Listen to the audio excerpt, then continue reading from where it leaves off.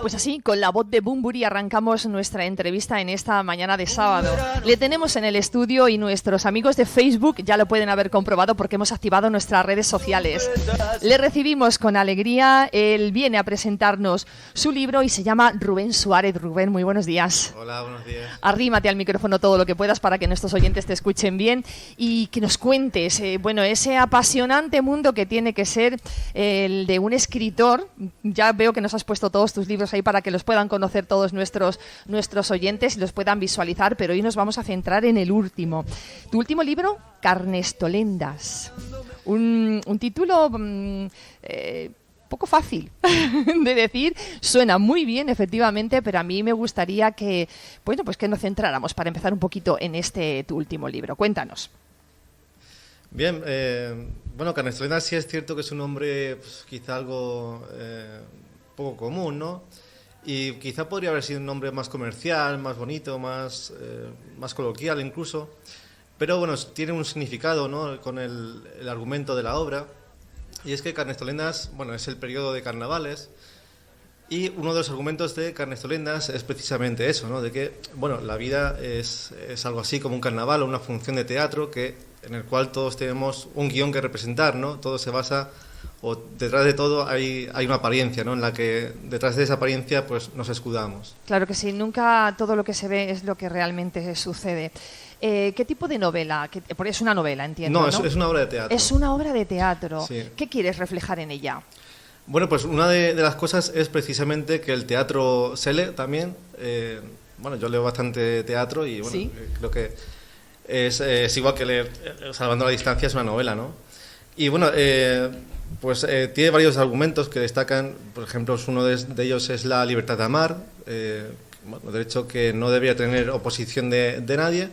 Y otro de los argumentos que más destaca es el que acabo de contar, ¿no? De que, Carnestolendas habla de este gran teatro del mundo, porque, aunque es un teatro que no es del todo real, ahora lo explicaré, es toda la realidad en un teatro, ¿no? Y es que, está basado en hechos reales de la historia de Fuensalida, y entonces aúna dos historias, ¿no? La historia ficticia y la historia real, que también es algo que me apetecía, ¿no? Hacer algo que quedara en el tiempo en Fuensalida, por ejemplo, como se ha hecho en Guadamur, por ejemplo, con el Tesoro Escondido de Guajaraz, o por ejemplo con la Celestina, ¿no? Es decir, sacar nuestra historia a relucir un poco, porque también tenemos una historia destacada, y un poco presumir, ¿no?, de Fuensalida. Historia, amor, por lo que percibo también hay en la historia que has reflejado en el libro. ¿Cuánto tiempo has estado escribiendo el libro? ¿Cuánto tiempo te ha dedicado? Unos 2 años y pico. Lo que pasa que, claro, estuvo en un cajón también guardado por unas oposiciones que estuve haciendo, y después vino la pandemia. Entonces todo se ha ralentizado, incluso la representación que estaba un poco destinada para el año que pasado, todo ha sido pausado, aunque también adelanto, quizá me aventure un poco, de que ya hay gente interesada en la representación de la obra. Como digo, no hay nada cerrado, son proyectos incipientes, pero siempre que haya interés es una gran noticia, y como es un proyecto que puede ser de medio o largo plazo, tampoco me quiero aventurar mucho y adelantar mucho de este tema. Es verdad que este tiempo que vivimos, que lo ha paralizado todo un poco y lo va Sí. ralentizando, como bien tú nos dices, nos hace de que las cosas puedan programarse, proyectarse más en el tiempo.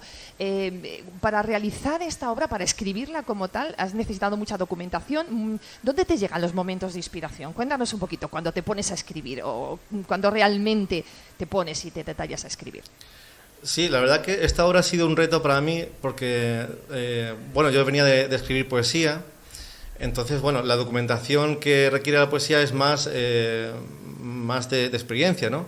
Sin embargo, por ejemplo, para escribir Carnestolendas, sí que ha habido una documentación en lo que vienen siendo los hechos reales, por ejemplo, de Fuensalida, desde 1404, cuando doña Constanza vende las tierras a los López de Ayala, o, pasando por cuando se funda el mayorazgo, o cuando el rey de Castilla, Juan II de Castilla, dona el señorío a los condes de Ayala, pasando por todo esto hasta la muerte de Enrique IV, que claro, es un duro golpe para Fuensalida, ya que, bueno, le sucede la proclamación de los Reyes Católicos y le beneficia claramente a los enemigos de Fuensalida, a los condes de Cifuentes. Entonces, en este hecho, en este punto, es donde empieza la obra, los hechos reales de Carnestolendas y la boda que se concertó pues para bien de los dos pueblos, porque eso sirvió para sellar esa rivalidad que tenía.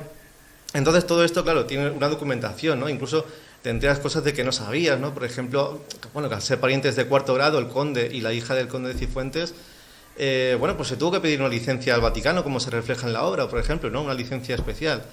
Y entonces, claro, fue un reto en este aspecto de la documentación, y luego también, por ejemplo, a la hora de desarrollar unos personajes, cosa que en la poesía tampoco estaba acostumbrado, ¿no?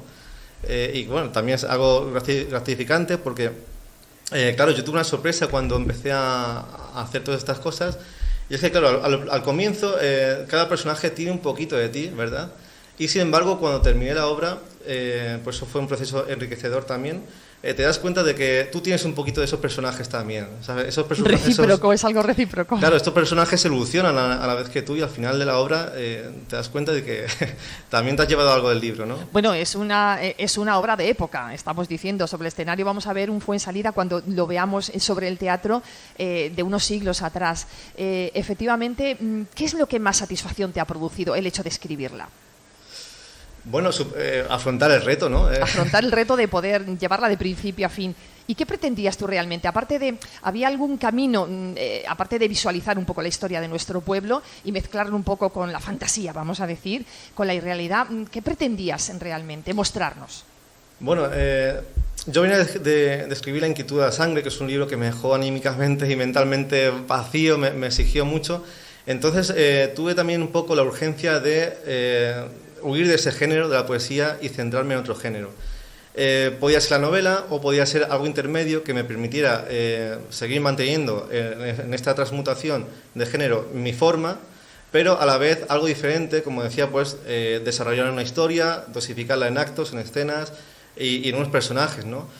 Y también como nexo a un futuro proyecto que, bueno, pues en la novela, adelanto que estoy un poco con ella ya.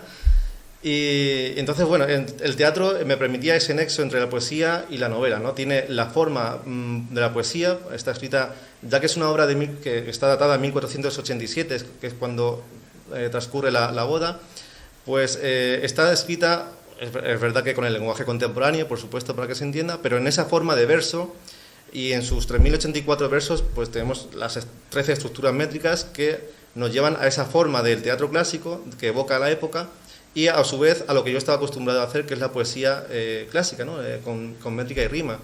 Y por el otro lado, como digo, pues la parte de la novela, que es dosificar una historia, un esquema, y pues los personajes también. Madre mía, es apasionante todo lo que nos estás contando realmente, y se te nota muy apasionado a ti, efectivamente, porque para llevar adelante este tipo de historias y irte, viajar en el tiempo a aquel momento tiene que ser francamente complicado. Vienes de la poesía, Rubén. Son 4 los libros que te vemos, que nos estás enseñando, son 3 de poesía.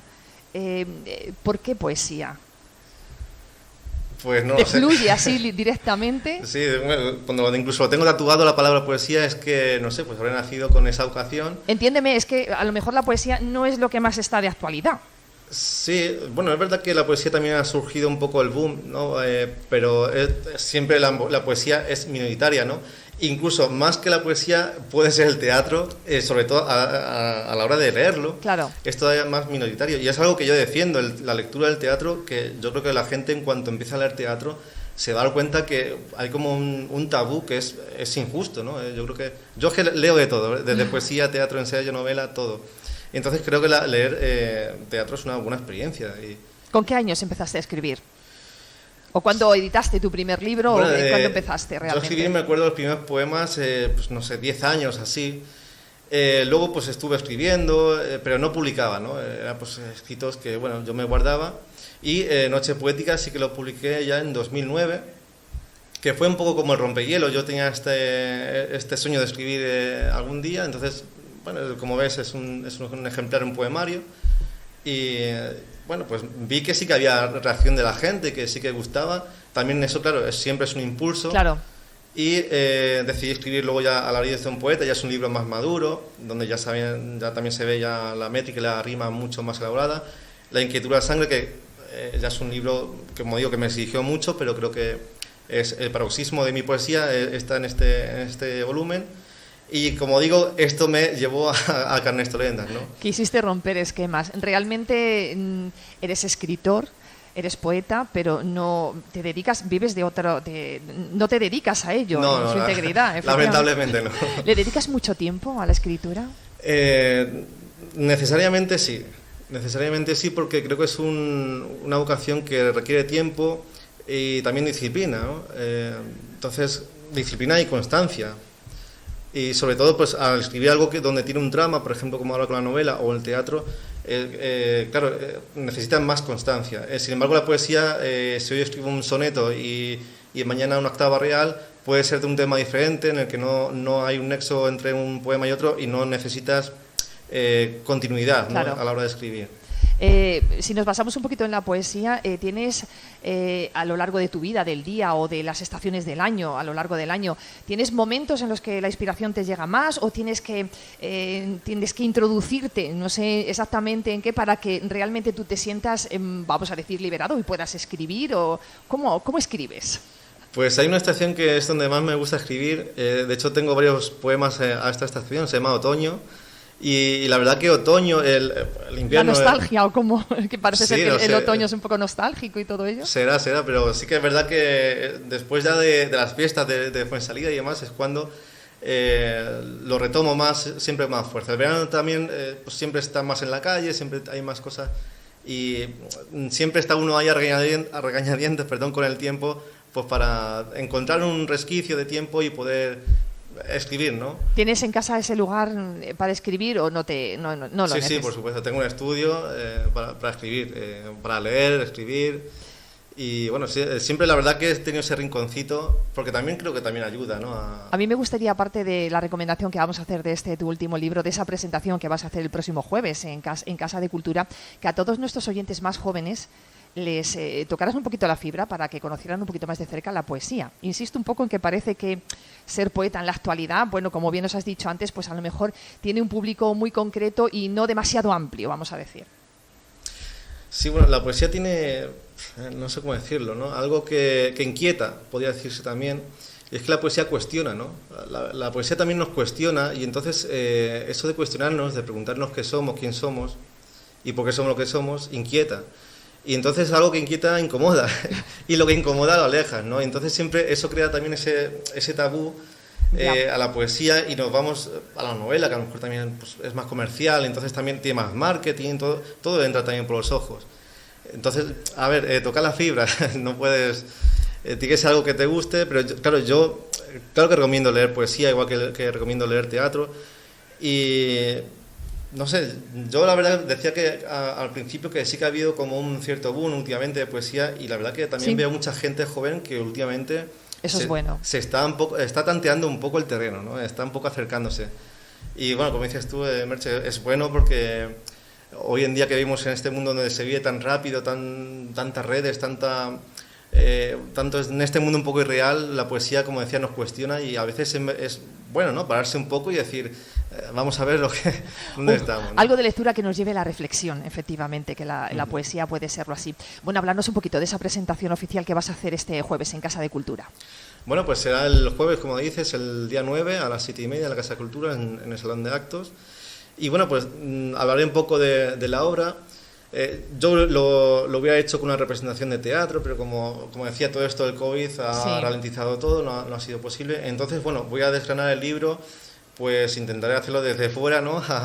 Hasta lo más íntimo del libro y todas las curiosidades, ¿no? Como algunas de las que he contado, tanto de la historia ficticia y ese final increíble que pueden encontrar en Carnestolendas, y así como también una serie de 4 entremeses, ¿no? Ya que Carnestolendas, ya que evoca a ese teatro de la época dorada del teatro español, del siglo de oro, pues también tiene una serie de 4 entremeses que ya son más contemporáneos, ¿no? La absolución de la muerte, un entremés que nos habla cómo, aunque seamos malos, después de morir todos nos convertimos automáticamente en mejores.